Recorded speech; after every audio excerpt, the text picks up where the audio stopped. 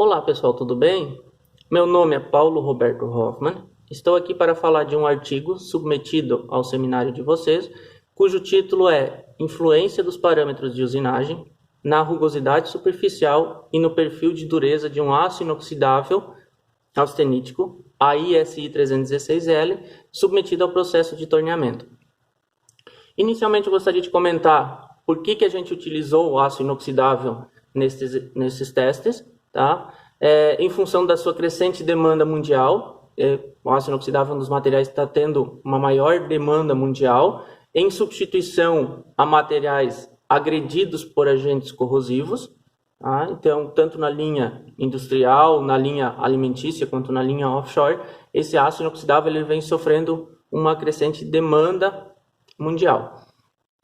E muitas das características de um material submetido a processo de usinagem ainda são desconhecidas, ou seja, um processo de usinagem ele vai deixar algumas influências, algumas marcas no material, e muitas dessas influências ainda são desconhecidas.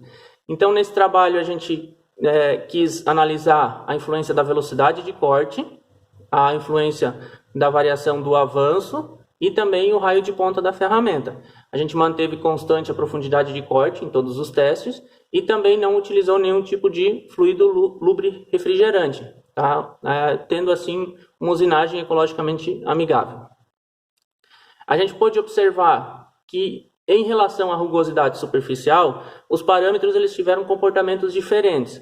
Ou seja, a velocidade de corte, a variação da velocidade de corte na rugosidade superficial praticamente não teve influência, tá? A variação foi mínima, tá? Muito pequena, então praticamente não tendo influência nesse parâmetro. Quanto ao avanço e o raio de ponta da ferramenta, estes sim tiveram uma influência significativa na variação da rugosidade superficial do material. Ou seja, quanto maior o raio de ponta da ferramenta, menor a rugosidade. Já o avanço é inversamente. Quanto maior o avanço, tá? Maior a rugosidade superficial também. Em relação ao perfil de dureza do material, a gente pôde constatar que os três parâmetros eles têm influência na variação do perfil de dureza.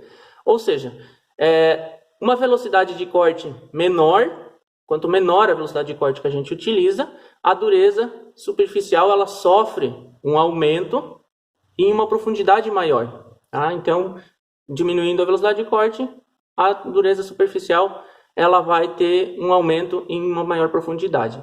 O avanço em si, quando a gente aumenta o avanço, a dureza na superfície da peça ela também aumenta. Ele não tem uma influência no perfil, numa profundidade, mas na superfície da peça ele tem uma influência. Então, avanços maiores vão gerar uma dureza superficial maior.